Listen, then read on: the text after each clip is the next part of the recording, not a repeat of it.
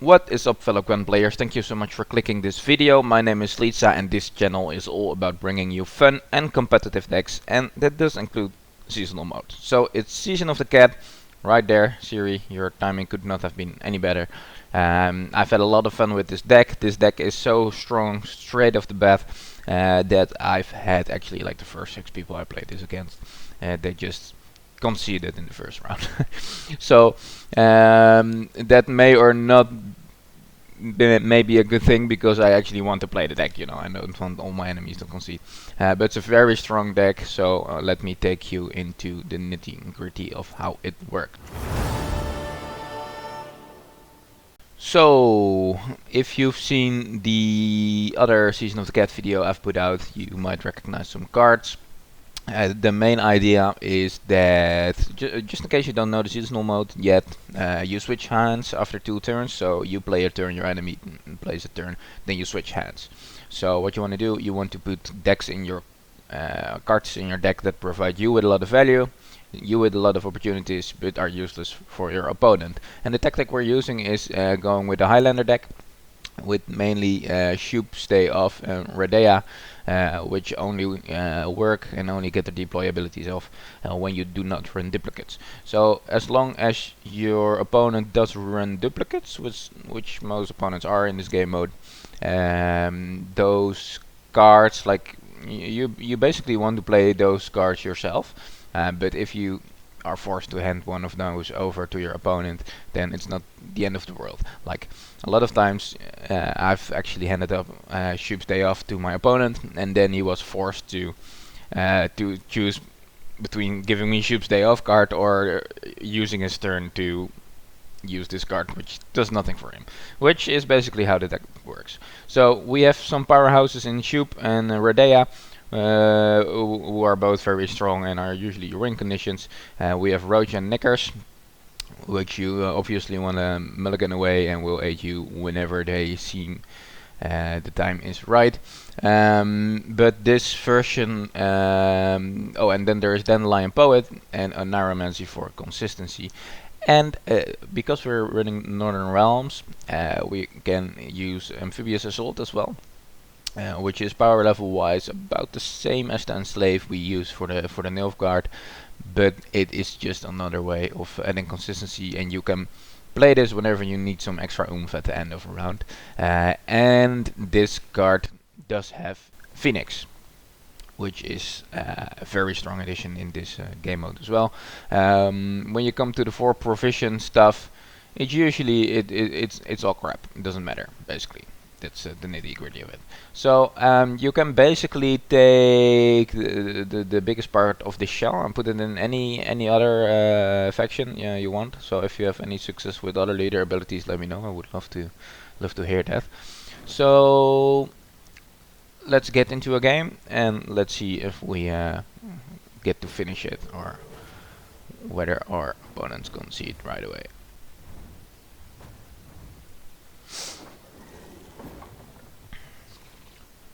Alright, Mr. Snail. Mr. Snail Shell. I'm coming for you. So obviously always Mulligan, Knickers and Roach away. Those are good. We can use Dandelion Poet first, then play this one, and then we hand a bunch of crap over to our opponent. So that's ideal. Usually you want to use your mulligans to have either 1 strong turn or have 2 strong turns. And 2 strong turns means having 3 high value options. So you want either 1 high value option, and I can play this in the same turn, so I see that as 1 high value option. Or you want to have 3, because then you play 1, you hand 2 over to your opponents, and you still get 1 back. So you still pull ahead on valuable cards to play. That's the general idea. And most random crap cards like this just provide like between 4 to 6 points.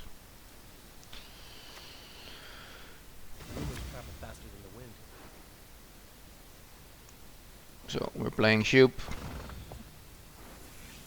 Usually want to go for the Knight with Resilience. We did not get it.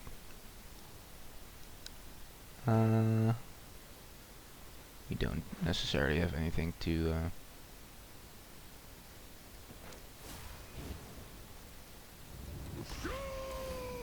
Shoop. So we're handing Amphibious Assault over to our opponent, which is great because he doesn't have any Northern Realms cards in his deck, so it's a useless card for him. Ooh, and we got an Oneiromancy back. That's a great trade. Ooh, that's interesting. Like, this is the thing I like about this game mode. Like, you get to play interesting cards you might not even have in your collection, you know.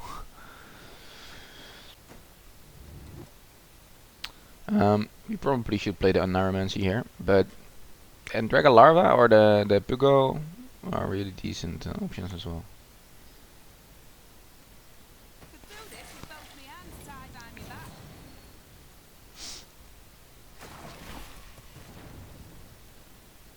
Yeah, we should go for Oneiromancy just to deny him. Ooh, do we go for Verdea or do we go for Phoenix? Going for Phoenix.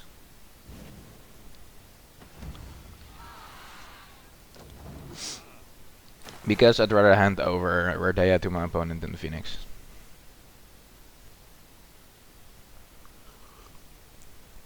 So this will give us some nice tempo boost. Oh, and by the way, you never want to pass in this round because the hands keep switching. So if you pass, your opponent can just... If I would pass right now, my opponent could place all of this and all of this.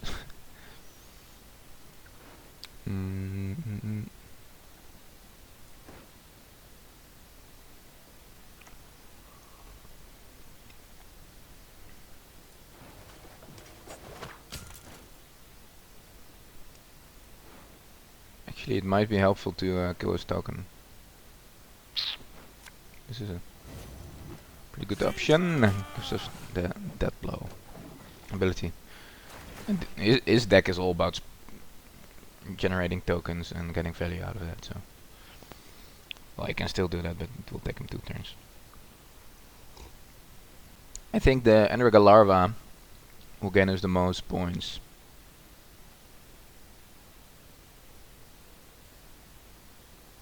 Could get at least 3, probably 4 to 5 procs of it. Try to win them all, but you won't.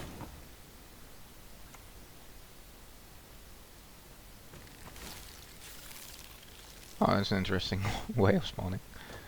I've actually never seen that before because I usually spawn the Endriga Larvas right at the start of the round. Never in between two cards. Oh, you can use this on Rodea as well, by the way. Oh, we could if you would have her. I'm going to give Vitality to Shoop. Because I want him to live because of the resilience. Oh no, we didn't give him the resilience buff. Hello there. Good doggy. Good doggy. Consume adjacent units. Well, we could technically use this if he gives bleeding to one of our units, which we cannot do anymore.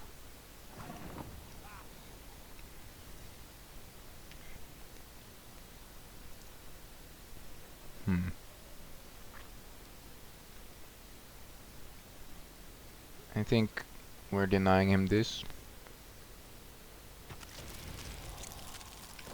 Like, we're basically finishing up the cards at this point.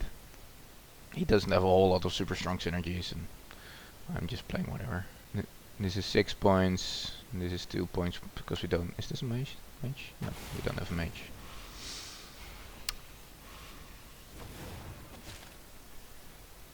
We can give something shield, but he doesn't have a way of damaging it, so... Don't want to give something a charge either. Can boost something. Yeah, just playing this. Oh, thank you. Hammer now. Ask questions later. At this point we're just both playing the highest point options we have in our hand. And we always have the pincer maneuver for some extra oomph at the end. We need to take the overwhelming hunger into account, because he can rack up quite some points with that as well.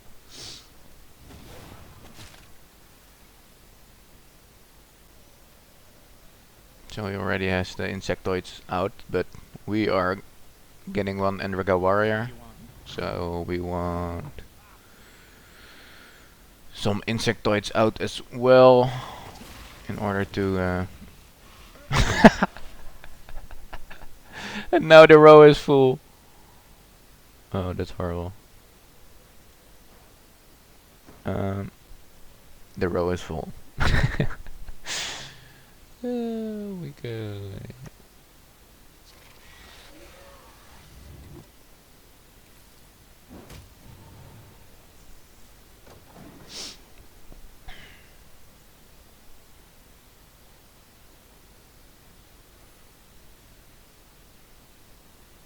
Yeah, so that plan did not work out well. Actually, part of the fun of this game mode is also laughing about myself because I'm making misplays with the options my opponent gives me. Come on, dude. We ain't got all day. So this will keep coming back. Such a beast. It's a beast. It's literally a beast. Such a beast. I actually might need to use my pincer maneuver here.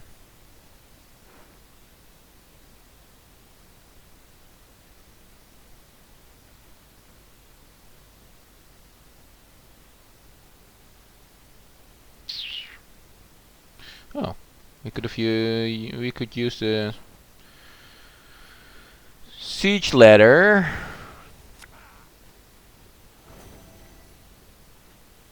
Throw this back in the deck. Maybe we can use it later. We can use the siege ladder to move an insectoid. So we can use this one. I feel like such a genius right now. Don't even care anymore if we win or not. This play made it worth it.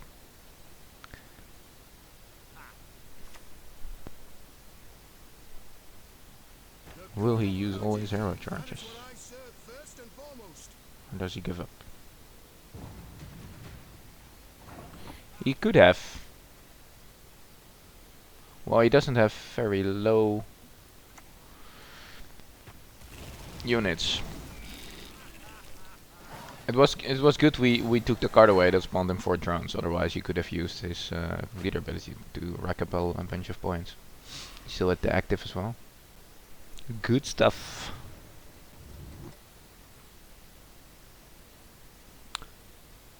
So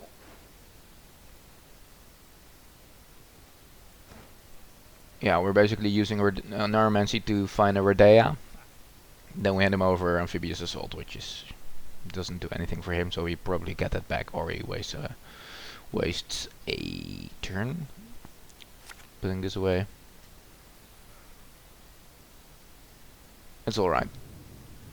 Rather have this than risk drawing Redea and having to give him either Redea or Neuromancy.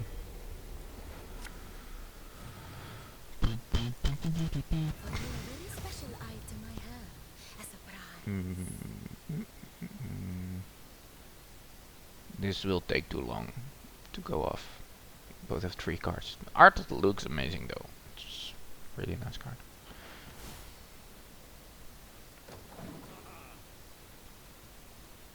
Oh, we should have used this, by the way. Just in case he is running them. What are those beasts? Squirrels.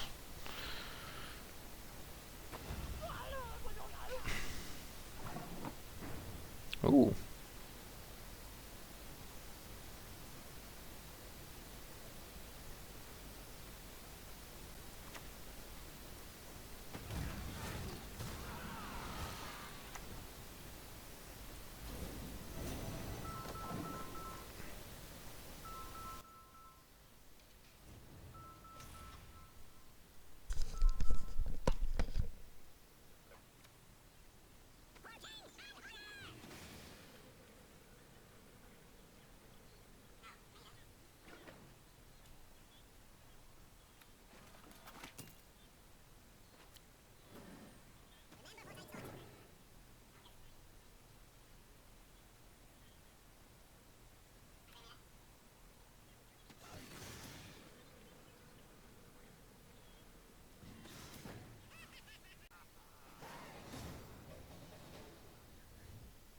Back to the important things in life.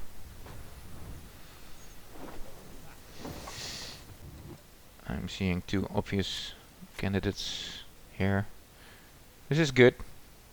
Not risking drawing a phoenix or something like that. Really don't want to do that.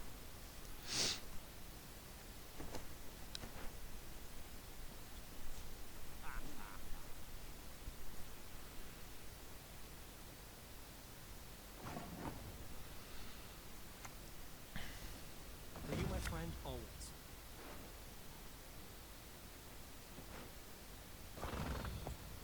The mysteries of this world, boundless they are. We are playing against...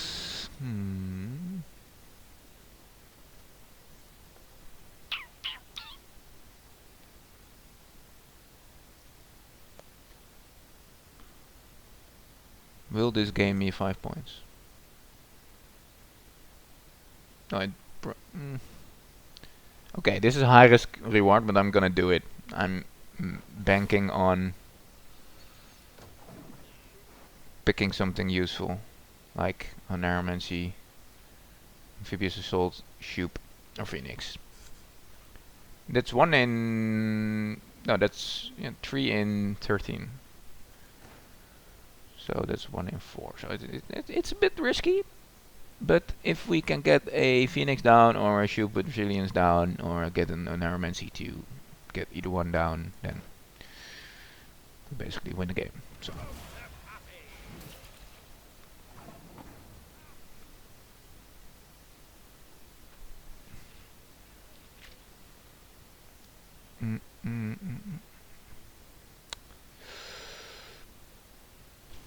This is a nice engine to put down.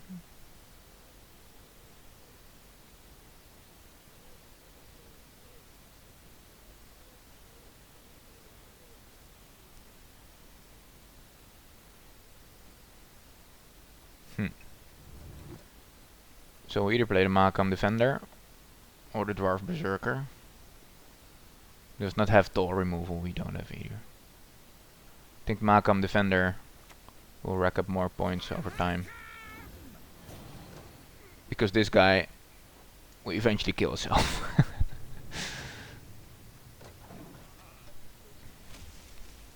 As long as there's still useful stuff in his hand to play, I don't need to use this.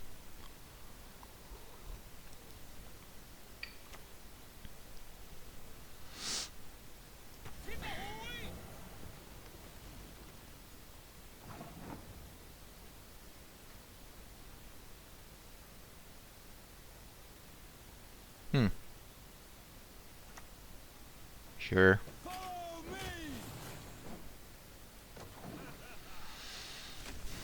This is one of those cards I put in the deck because they are like, they're cool to play. They're not super powerful, but they just feel good if you get that blow and you get that vitality thing going on. And it's not the worst to hand that over to your opponent.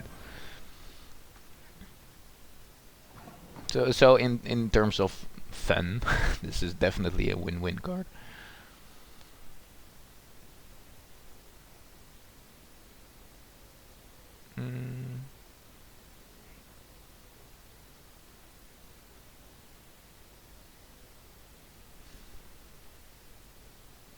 I'm really curious how this is gonna work out.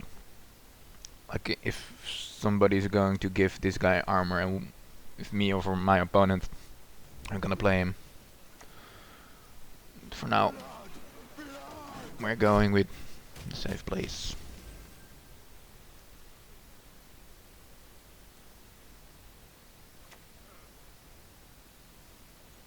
Have a now. Ask questions later. This guy did not really draw into his synergies.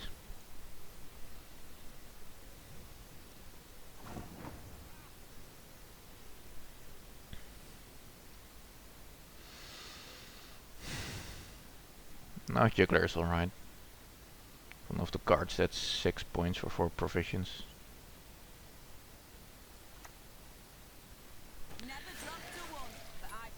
Definitely willing to play that. Hello there. Like originally I had a card in the deck, a 4 provision card that does like 1 damage, but does like 3 when the enemy has armor. But that did not work. That didn't synergize very well with Knickers because you often gave that card to your opponent. So I took that out. Put one of those in, I believe.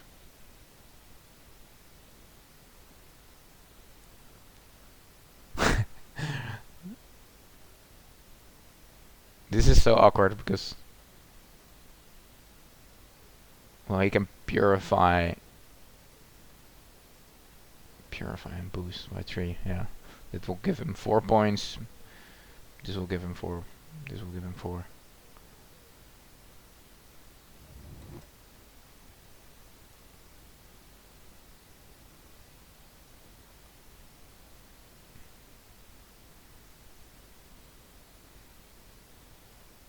So this is just deal 3 damage at this point.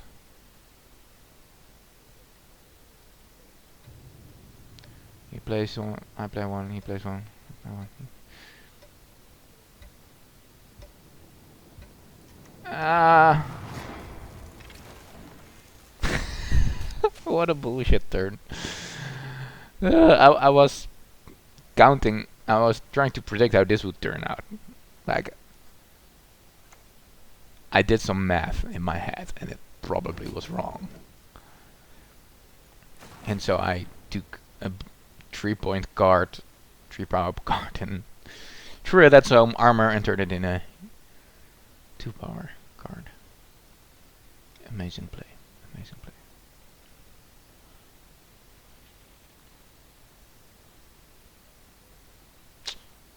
So this is 5 power, I guess.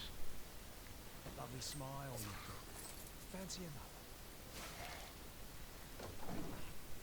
Probably should have. No, it doesn't matter. We know what he has in his hand.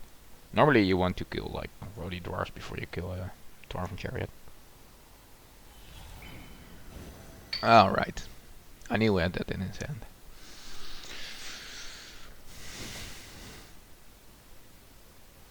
So we can actually ping pong the armor guy and the Iron Falcon infantry over and over, and we can use our Pincer maneuver to not have to play the Iron Falcon Troubadour.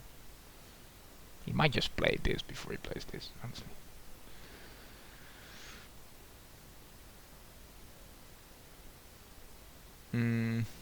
You already use this.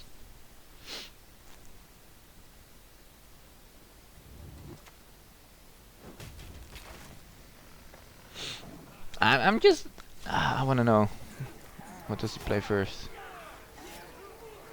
Those guys have some funky outfits, yo.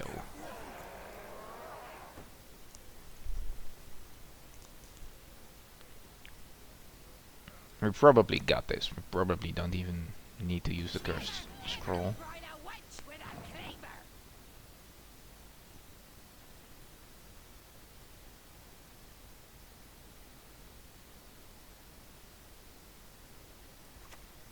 Doesn't really matter. It's about sending a message.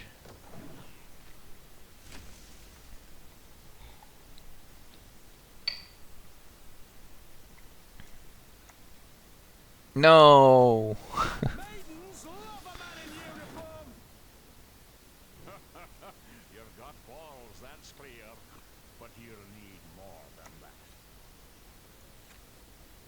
On the other hand, we can.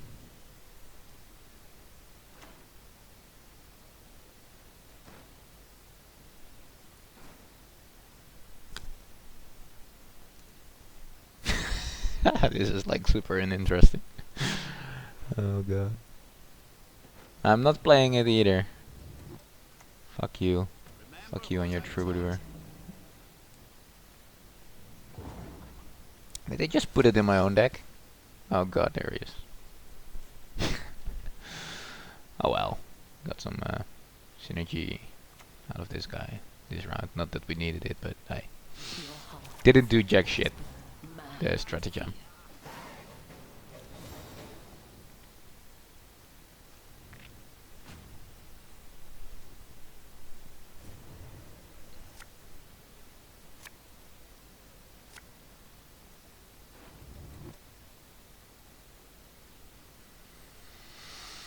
5, 4, 4. Nice.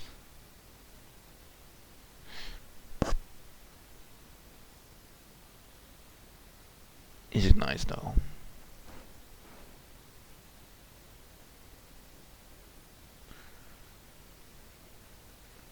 So reroll would only suck if you get it on Narmancy. That's alright.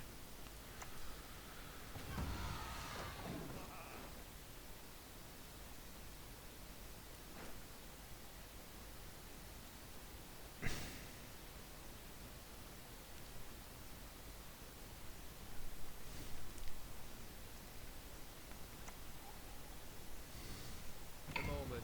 I need to spend.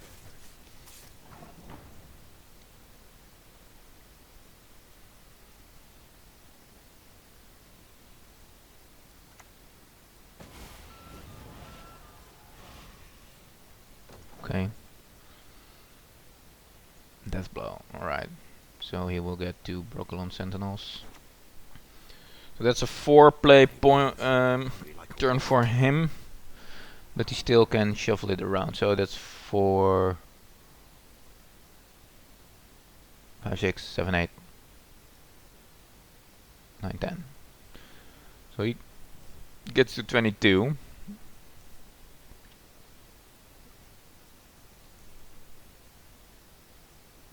I probably cannot win. Scare and scatter the lots. Or can I? Actually, it shouldn't be that hard.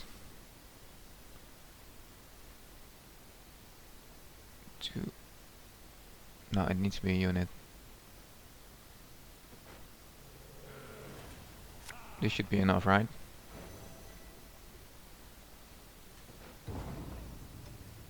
Or did I? What did I do? Oh my god, did I just use Pincer whenever on the last card on my deck? What a ridiculously bad play! Oh my god! I should quit my YouTube channel. Oh. Did I really just do that? Oh my god. I don't deserve this shoop.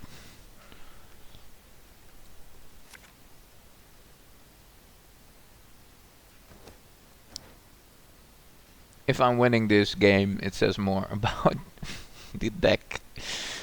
It says more about my deck building skills than my skills in playing the game. Oh, it's all planned, guys. It's all planned. We are going to use Amphibious Assault. Oh, this is going... What a roller coaster!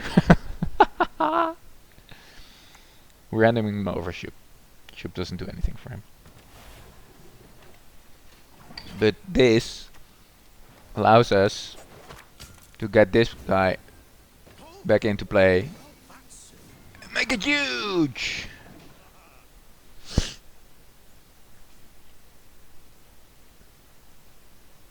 Okay, that's actually pretty cool.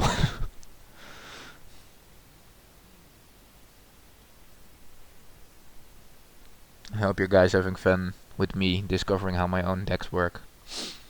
This is one of those things it ended up working alright because of Amphibious Assault. I never had the Pincer Maneuver and the Amphibious Assault on the same guy. 3 adjacent units by 2.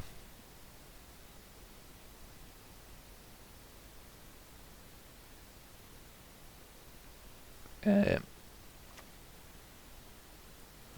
not giving that to him. Oh, he gave us the Shoop.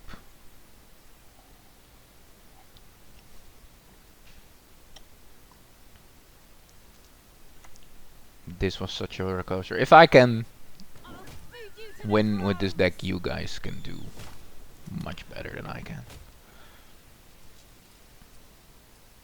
Come on, finish it. Still one more charge.